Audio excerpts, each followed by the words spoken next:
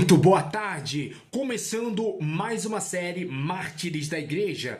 E como o assunto está sendo levantado a respeito da iconodulia na igreja, nós vamos analisar mais um pouco da aula anterior. Vamos recapitular? Vamos voltar para ontem? Vamos voltar para o pretérito? O que acontece? Nós vimos o que aconteceu com Santo Inácio de Antioquia, que muitos dizem que defendia o aniconismo ou o iconodulismo. Será mesmo que na sua carta atribuída aos Romanos, no capítulo 3, não menciona isso, e sim praticamente correções aos cismas, correções aos presbíteros da igreja e aos demais dissensões praticamente que ocorreu naquela época. E isso praticamente era contra o que nós chamamos do Papa Leão III, que naquela época, antes da iconodulia e da sua apologética anti-islâmica e anti-iconódula, ele simplesmente depois começou a defender essa questão. E nós vemos também a questão do próprio João Damasceno, no século VIII, que defendia piamente a aberração dos ícones da igreja e a veneração aos santos, o que eles chamam de dulia ou hiperdulia. Eles dizem, por exemplo, que a latria somente a Deus, a hiperdulia a Maria e a dulia somente aos santos venerados pela Santa Igreja Católica, que de santa não tem nada, apenas uma das maiores prostitutas do século XXI e uma das igrejas que cometeram diversos tipos de heresia. Eu vou te mostrar vários erros do catolicismo aqui.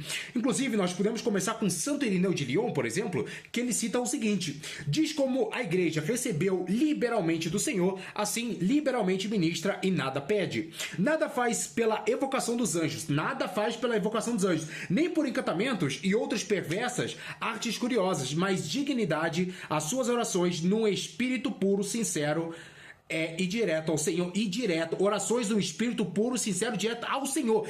Para você ver que Irineu de Lyon, com o embate contra as heresias, na época inclusive citada pelos próprios gnósticos, ele combatia praticamente o uso de imagens do gnosticismo. Eles tinham praticamente imagens pintadas, feitas à madeira, e esses próprios camaradas, partiu dali que surgiu a aberração da virgindade perpétua de Maria, de um camarada chamado Tatiano, ali na Síria. O que nós chamamos da heresia encretista, ou seja, que a relação sexual ela não pode ser praticamente praticada para quem supostamente tem voto de castidade, por conta do que exatamente? Por conta do que aconteceu, por conta que tira sua pureza interna. Praticamente isso é uma farsa. Mas continuando, ele vai dizer o seguinte: perversas artes curiosas, mas dirigindo as suas orações no espírito puro, sincero e direto ao Senhor. Ele não fala de outros santos, ele não fala de pessoas praticamente ali que morreram e receberam culto e foram mártires. Não, nada disso. O que ele está falando aqui são a respeito de uma oração somente a Deus, a Deus. Aí ele vai continuar falando o seguinte: sincero diante do Senhor, de quem são todas as coisas, invocando o nome de nosso Senhor Jesus Cristo, ele foi acostumado a operar milagres em benefício dos homens, e não para levá-los ao erro. Denominam-se gnósticos, eles também possuem imagens, algumas delas pintadas e outras formadas a partir de diferentes tipos de materiais, e afirmam que uma imagem de Cristo foi feita por Pilatos, no tempo em que Jesus viveu entre eles, e coroam estas imagens e as expõem com as imagens dos filósofos do mundo, a saber, com as imagens de Pitágoras, de Platão, de Aristóteles e de outros. Eles também têm outras formas de honrar estas imagens, como precisamente os pagãos. Então você vê o que ele está falando a respeito de quê? Que os próprios gnósticos, que era um grupo herético daquela época, que criou praticamente diversos tipos de heresia ali naquela época do próprio Irineu de Lyon, e Irineu de Lyon cria essa apologética contra eles, e você vê que ele mesmo cita que haviam até imagem de Pitágoras, imagem de filósofos. Então havia toda uma idolatria, e ele está falando o quê? Que eles estavam venerando o próprio Irineu de Lyon, ali no primeiro século, por exemplo, já começa a condenar essas práticas do que nós chamamos de iconodulia, a suposta veneração aos santos. Então ali já tem um combate total. Outro pai da igreja é Clemente de Alexandria. Olha o que ele fala: é uma tolice extrema rogar como deuses aqueles que não são deuses, porque há um só bom Deus, nós e os anjos suplicamos unicamente a ele, nós e os anjos. O apóstolo Paulo, ele condena a oração aos anjos. Então, o que ele está falando aqui? Nós e os anjos, só a ele, a ele. O próprio Clemente de Alexandria já tinha a mesma visão, que a oração é somente a Deus e não ao homem. Tá entendendo? Ou algum mártir que morreu. Isso aí nós vamos ver diversos tipos de coisa.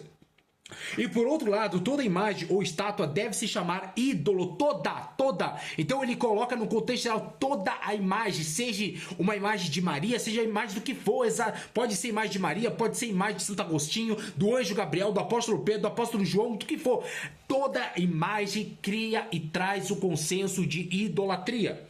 Aí ele continua, proibiu esse culto, olha só, é miserável profano, e por isso Deus, para arrancar pela raiz a idolatria, proibiu em seu culto qualquer imagem ou semelhança das coisas que estão no céu ou na terra, proibindo igualmente a sua fabricação. E por isso que nós, os cristãos, não temos nenhuma representação material. Então ele usa o exemplo de Deus, porque para condenar a idolatria, o risco de idolatria, como João Damasceno foi condenado no século 8 lá, que ele disse que a mão dele foi cortada e depois ainda disse que Maria fez o milagre. Nós vemos aqui ele falando que não haja material.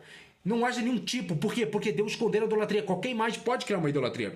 Orígenes de Alexandria. O teólogo do século III diz contra Celso: os anjos seguem com interesse a sua salvação. Foram dados como ajudadores do Filho de Deus. Mas toda oração que se dirige a Deus, seja rogativa ou em toda ação de graças, deve-se elevar-se para ele por Cristo, o sumo sacerdote, que está sobre os anjos. Aí já tem outro problema, né? Então nós vamos ver várias citações. Eu posso citar o Eusébio de Cesareia, que lhe repugna só a ideia de que possa haver pinturas nos lugares destinados ao culto. Eles condenavam, ou seja, o Concílio de Trento, ele vai dizer que se não houver unanimidade entre os pais da igreja, não se fundamenta a doutrina. Eles não eram unânimes. Orígenes condenava o uso de imagens, São Jerônimo condenava, Santo Agostinho de Hipona condenava.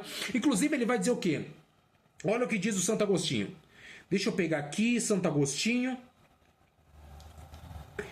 Vamos lá. A oração não é oferecida por eles. A oração, no entanto, é oferecida pelos mortos, que são lembrados, porque é errado rezar por um mártir. Olha só, e quem as orações nós mesmos deveríamos ser recomendados. Sermão 159 de Santo Agostinho. Aí já tem uma outra condenação ali. Olha o que ele fala, que é errado rezar por um mártir. A parte negrito, por exemplo, como você pode ver aqui, se eu posso mostrar para você, ela foi apresentada como dizendo que devemos orar aos mártires. Não é o caso. O ponto de Agostinho aqui, não se deve orar pelos mártires, pois eles já venceram e estão no céu. Os que ainda estão aqui na terra é que precisam da oração deles. Tá entendendo? É isso que está dizendo. Que eles já alcançaram a salvação. Então não há uma necessidade mais orar pelos que estão aqui. É uma bizarrice atrás da outra. Vou ler de novo. Há uma disciplina eclesiástica, como os fiéis sabem, quando os nomes dos mártires são lidos em voz alta no altar de Deus. A oração não é oferecida por eles. A oração, no entanto, é oferecida pelos mortos, que são lembrados, porque é errado rezar por um mártir a quem as orações nós mesmos deveríamos ser recomendados. Aí, olha o comentário. A parte negrito foi apresentada como dizendo que devemos orar aos mártires. Não é o caso. O ponto de Agostinho é que não se deve orar pelos mártires, pois eles já venceram e estão no céu. Os que ainda estão aqui é que precisam da oração deles. Esse é o significado de a quem as orações nós mesmos deveríamos ser recomendados. Seria praticamente complicado. É ou não é? É interessantíssimo falar sobre isso. E antes de mais nada, eu gostaria de agradecer a todos vocês. Foi apenas algumas citações dos pais da igreja que eu gostaria de mencionar, mas eu vou trazer praticamente as próprias condenações a João Damasceno. Inclusive, o próprio Richard Prowl, ele mostra praticamente erros ali no que nós chamamos de iconodulia. E a respeito de falsificações que João Damasceno, no século VIII, criou para abonar essa bizarra ideia da iconodulia. Forte abraço, fiquem todos com Deus.